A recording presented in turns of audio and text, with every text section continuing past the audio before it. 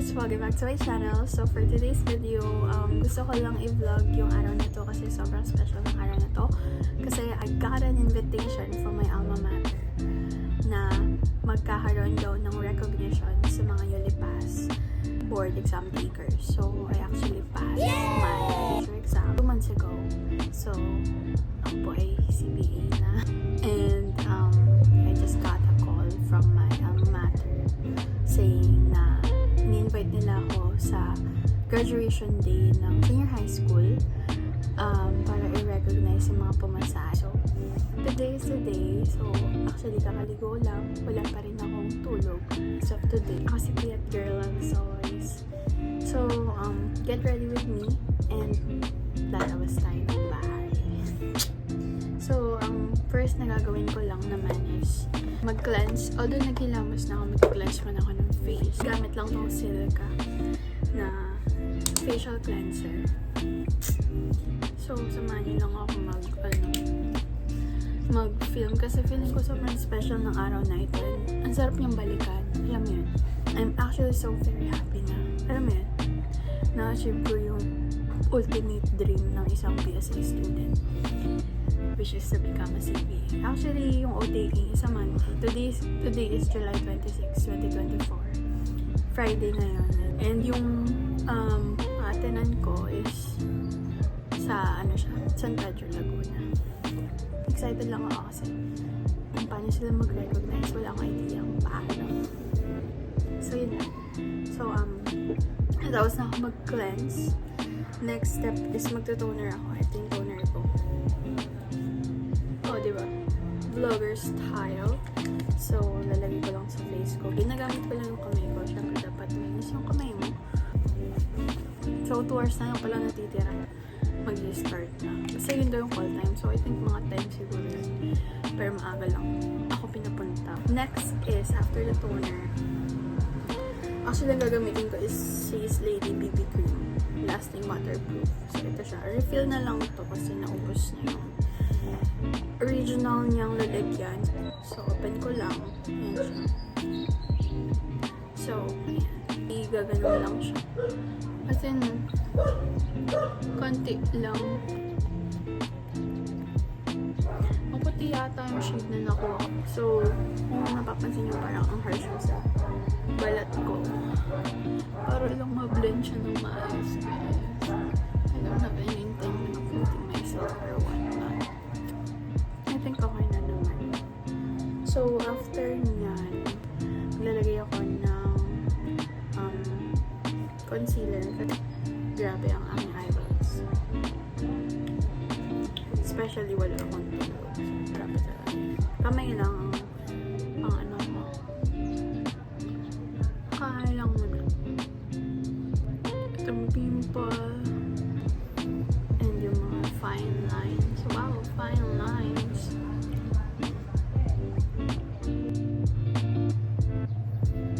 So, dab lang. Okay. Alright. So, after nyan is, tapos na talaga. Cherries. Lagay ako ng eyeshadow konti lang. So, ito yung eyeshadow ko. Says Lady lang din siya. So, lalagay tayo sa ating eyeshadow. Ito gagamitin ko. So, konti lang. Para magmukhang, diba? Ang bongga niya yun, no? Kahit kamay lang yung pang-blend. Bongga na siya. Tapos, lalagyan natin ng shimmery. Ito.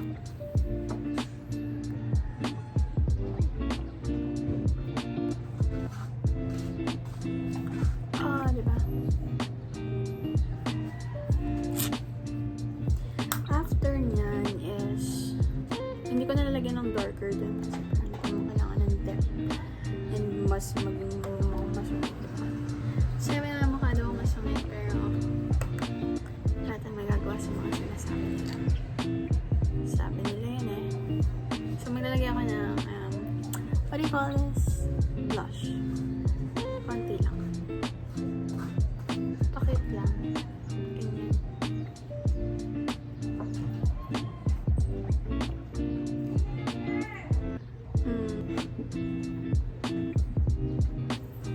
Ano? Cutie. Cutie lang. Tapos dito, medyo lagyan din natin ng ano. Para may depth. Depth talaga. Para hindi siya masyadong maputi. Kasi diba, sabi ko sa inyo. Tapos sa kilay, meron ako dito brush lang natin. Yan. Brush lang. Brush.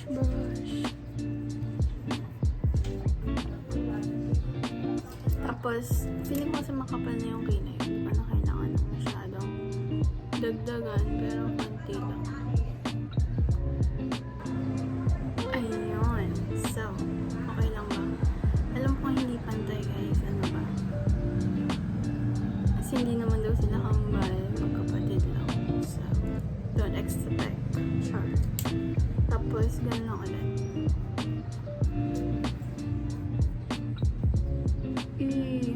Tapos, after po niyan is yung ating pilik mata. Meron akong pang pilik mata. Sorry. Ito siya. Gogo Tails. So, kay Leticia ko ito nakita. Hindi siya yung normal na mascara. Ganyan siya. So, lalagay tayo. Kailangan ko yung malapit guys. Medyo malayo tayo.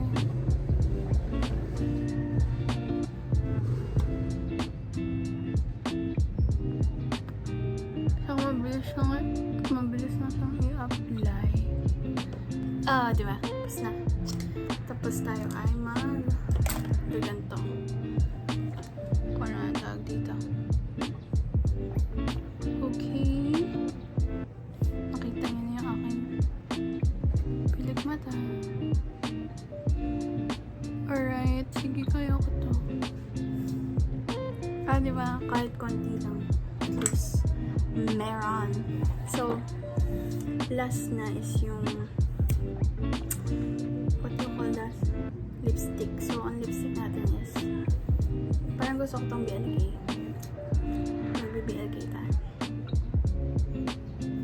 Ay.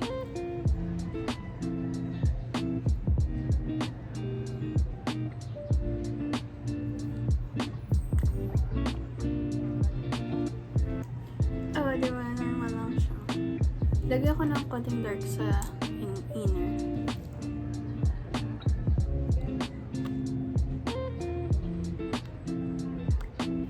And that's for today's makeup. So, next natin gagawin guys is magbibihis kasi baka mali tayo. So, wait for me. I'm gonna change. Hi guys! So, nakabihis na ako. So, ako nga pala ang bago ng college professor. So, sure is. Tara na. So, papaayos pa ata ako na hair. Hindi ko sure. Pero, that's my look for today's video. Sure. Sabi kong ebas, pero aalis tayo.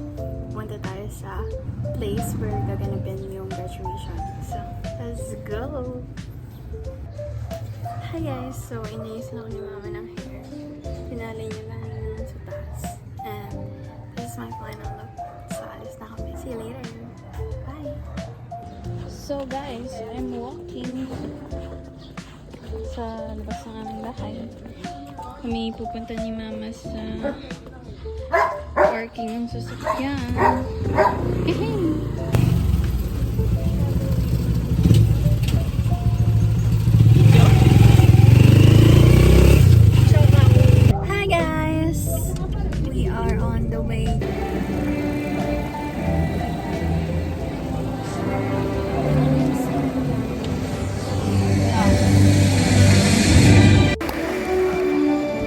To give recognition to the following board pastors that we call on stage, our chairman of the Board of Trustees and Chief Administrator, Engineer Yoncho A. Ching.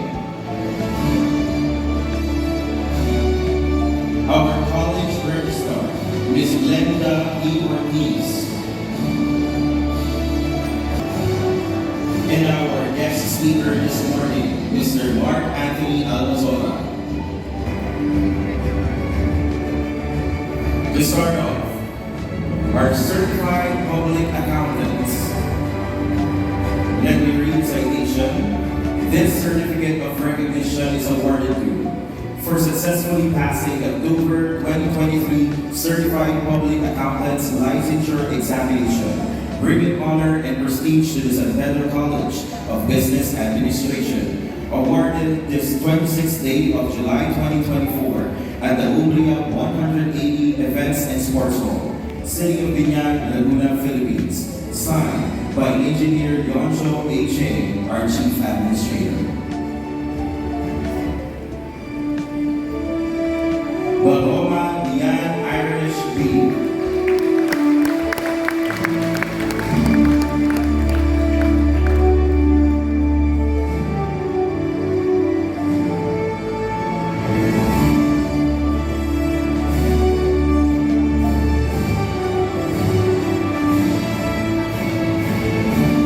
Samonte John Paulo O.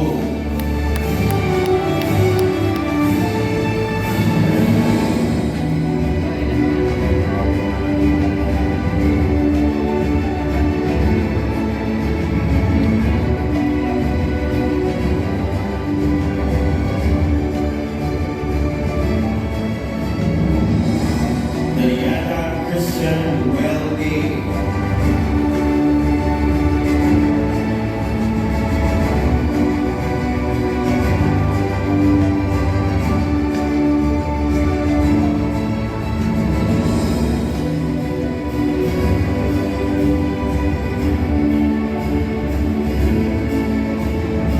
Achava John Ray O.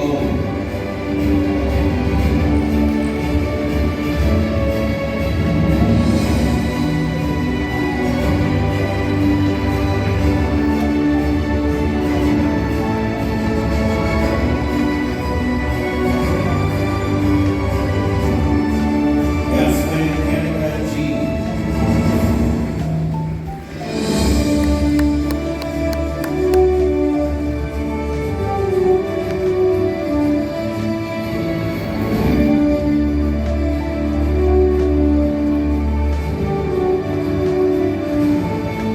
Joaquin Camille Joyce A.